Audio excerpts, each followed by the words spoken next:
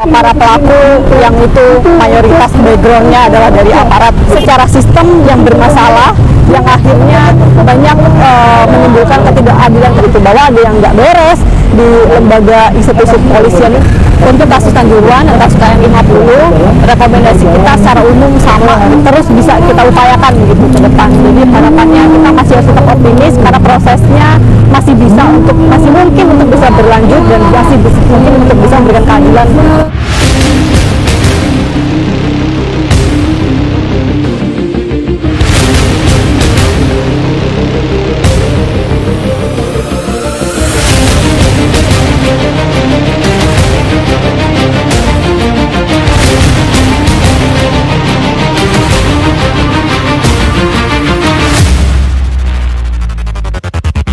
Memang secara umum trennya yang kita lihat adalah banyak kasus-kasus impunitas di mana para pelaku yang itu mayoritas backgroundnya adalah dari aparat gitu ya, yang melakukan kekerasan, yang melakukan tindak pidana, kemudian tidak mendapatkan hukuman yang proporsional, yang setimpal begitu terhadap apa yang sudah dilakukan gitu. Selain fokus pada pelakunya, tentu yang nggak berjalan adalah sebetulnya yang perlu kita refleksikan bersama adalah sistem penanganan perkara pidana itu sendiri yang bermasalah di dalam peradilan pidana kita. Proses penyidikan, proses penanganan perkara tidak ada check and balances, semuanya hanya ada di satu institusi, semuanya mengarah dan hanya ditekankan pada satu institusi, yaitu institusi kepolisian di tingkat penyidikan, padahal ini adalah proses yang paling penting untuk bisa membangun kasus, untuk bisa menentukan arah kasus ini terbukanya itu seperti apa, siapa pelakunya sebenarnya, apa motif sebenarnya, apa bukti-bukti yang mendukung sebenarnya, dan selama ini itu semuanya adalah kerja di satu institusi.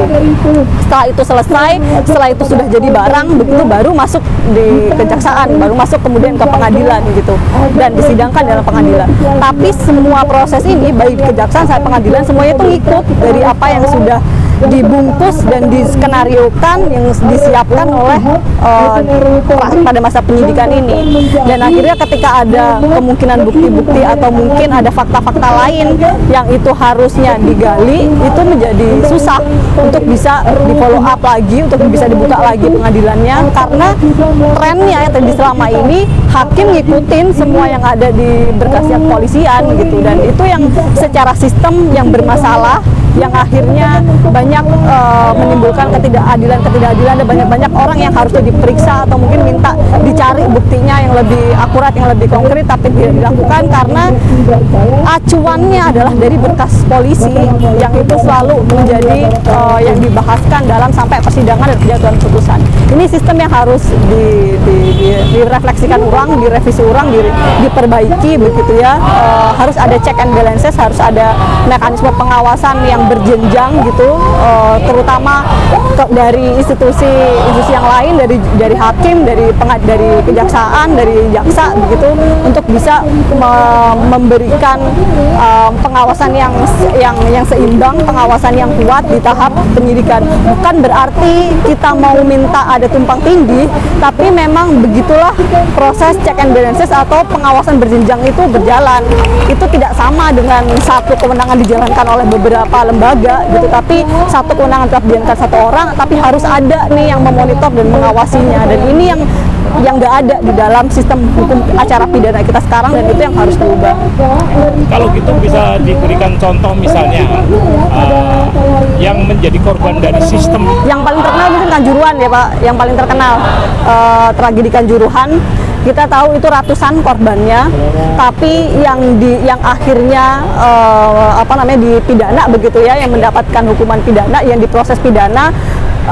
bukan dari pelaku-pelaku lapangan, pelaku-pelaku yang ada di lapangan, yang itu mereka bertanggung jawab secara langsung terhadap tindak pidana itu, terhadap korban tersebut. Nah, ini yang menunjukkan bahwa secara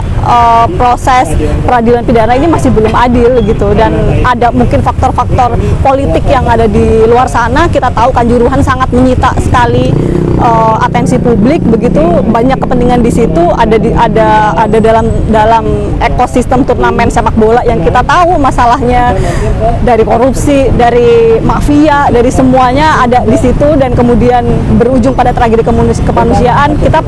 bisa berkalkulasi lah ya, kita bisa menghitung ini nggak hanya soal simpel soal stadion yang pintunya ditutup kemudian akhirnya menjadikan orang nggak bisa keluar, kekurangan nafas kemudian meninggal. Enggak, ada sistem, ada mekanisme yang itu sebenarnya bisa dicegah tapi itu tidak dilakukan, dan akhirnya karena kelalaian itu jadi tindak pidana, dan harusnya orang-orang yang jadi pelaku lapangan itu juga bisa dimintai pertanggungjawaban. Dan itu yang nggak kejadian di kasus Kanjuruhan, dan kita sangat menyesalkan sekali proses ini juga berulang begitu ya di banyak tindak pidana lain, penyiksaan, kekerasan kepada orang yang ditangkap, ditahan, tapi penyidiknya atau orang yang menangkapnya nggak diproses secara pidana gitu. Ini juga jadi masalah di sistem gitu, bahwa ada yang nggak beres di lembaga institusi kepolisian ini yang harus kita sama-sama benahi. Kita ingin ke depan punya lembaga kepolisian yang profesional, yang akuntabel, yang melindungi hak warga, yang sebagai pelindung hak, yang memberikan keadilan, bukan yang bisa melepas tanggung jawab gitu ketika ada kesalahan. Iya, kalau KM 50 kan memang ada ada indikator atau ada indikasi begitu ya, bahwa si pelakunya mungkin belum ada yang harusnya diusut, harusnya dicari, harusnya digali lagi bukti-buktinya, tapi mungkin belum dilakukan gitu. Dari banyak beberapa laporan dan juga report laporan-laporan dan juga penelitian dari teman-teman yang mungkin lebih detail mengawasi kasus ini dan mengikuti kasus ini, ada rekomendasi mungkin yang itu harusnya bisa di follow up atau ditindaklanjuti sama aparat penegak hukum, tapi tidak dilakukan gitu. Dan ini memang ya sama ya problemnya seperti awal gitu ya, harus ada, kita harus terus pantengin, kita harus terus teriakkan gitu, karena nggak ada yang bisa kita andalkan selain dari kekuatan masyarakat sipil yang terus menerus mendesak, terus menerus meminta supaya aparatnya itu bekerja gitu. Karena secara sistem itu nggak jalan, jadi akhirnya kita yang harus ngoyo gitu untuk minta keadilan itu. Jadi secara garis besar isunya sebenarnya lebih ke situ sih, supaya lebih mendengar lagi nih, ada peluang pembuktian lain, ada peluang bukti-bukti lain yang harus digali, ada kemungkinan mungkin pelaku lain yang harus dimintai pertanggungjawaban, dan kemungkinan itu ya harus di follow up sama penyidik, sama penegak hukum. Kedua kasus tadi yang menyita perhatian publik, kira-kira ada nggak dugaan bahwa dua kasus itu memang ada kesengajaan atau seperti yang Mbak bilang ada unsur skenario? Ya, sebetulnya dalam tataran, karena ICJR kita fokusnya adalah lembaga advokasi dan juga penelitian, kita nggak sampai detail untuk meneliti sejauh mana satu kasus per kasus begitu ya, yang ada kelemahan atau kekurangannya dalam penanganan kasus. Tapi kontestasi politik, kemungkinan adanya pengaruh-pengaruh di luar faktor hukum itu tidak menutup kejadian itu ada gitu, tidak menutup kemungkinan itu juga ada gitu. Dan ya seperti yang kita tahu, hukum kan nggak bergerak di ruang hampa, hukum bergerak di dalam ekosistem masyarakat yang dinamis, ada berbagai kepentingan, ada berbagai agenda-agenda yang mungkin kita nggak tahu, yang mungkin itu juga belum tentu punya agenda yang baik dan lain sebagainya. Jadi mungkin yang bisa saya sampaikan ya, kita harus hati-hati, harus lebih aware, harus lebih bisa jeli gitu ya untuk melihat kemungkinan faktor-faktor di luar hukum itu. Untuk kasus Kanjuruhan dan kasus KM 50, rekomendasi kita secara umum sama gitu ya. Kita ingin proses penegakan hukum di dalam dua kasus ini bisa bisa dijalankan dengan akuntabel, bisa dijalankan dengan sehati-hati mungkin dan sedetail mungkin dan sejeli mungkin untuk melihat setiap kemungkinan yang ada, menggali setiap bukti dengan relevansinya dan dengan peluang terbukanya fakta-fakta baru yang itu mungkin sekarang publik belum tahu, atau mungkin di persidangan belum ada, atau mungkin di dalam berkas penyidik belum ada. Dan hal itu ketika ada laporan dari masyarakat, ketika ada satu aja indikasi fakta lain yang itu bisa mengarah kepada membuka fakta baru, atau mungkin ada pelaku lain yang itu harus diusut, atau mungkin ada pelaku yang dia diproses tapi ternyata bukan pelaku sebenarnya gitu, dan akhirnya supaya dia memastikan kita keadilan itu bisa diberikan, dijamin, maka penegak hukum, aparat penegak hukum mulai dari penyidik, penuntut umum, jaksa, dan juga advokat yang juga mendampingi bisa secara profesional menanggapi dan juga menjalankan proses-proses penegakan hukum dengan lebih akuntabel, dengan lebih berperspektif pada hak-hak orang-orang yang juga menghadapi proses peradilan pidana ini, sehingga tercipta tidak hanya korban dan juga pelaku gitu ya, kemudian tapi masyarakat yang juga mungkin berdampak pada kedua kasus ini, keluarga korban misalnya, karena misalnya kasus tragedi Kanjuruhan ada berapa ratus yang mereka kehilangan anggota keluarganya, yang itu juga penting untuk bisa diperhatikan kepentingannya dan didengar gitu, mengenai dampaknya terhadap kasus ini, kemudian apa saja bukti-bukti yang akhirnya itu mengarah pada proses-proses yang baru, fakta-fakta yang baru yang itu harus digali, maka aparat dan juga hakim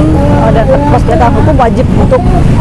menggali itu untuk demi kebenaran material, tujuan dari proses pidana itu sendiri untuk mencari sebenar-benarnya fakta dan sebenar-benarnya kejadian untuk dan mencapai keadilan. Kasus Kanjuruhan dan kasus KM50 ada optimisme bahwa negara akan menghadirkan keadilan nggak? Untuk kasus Kanjuruhan dan kasus KM50, kita berharap kita harus optimis ya di dalam hidup yang dengan ketidakpastian ini. Kita ingin optimis pada suatu hari nanti, walaupun mungkin nggak sekarang, tapi mungkin bisa seminggu lagi, sebulan lagi, setahun lagi, berapa tahun lagi ada keadilan yang terungkap, bahwa para korban, para pihak-pihak yang berdampak bisa mendapatkan keadilan, dan untuk itu proses pidana untuk itu selalu bisa dibuka terus kan. Jadi ketika ada bukti baru bisa mengajukan PK, ketika ada fakta baru dan itu harus digali, maka itu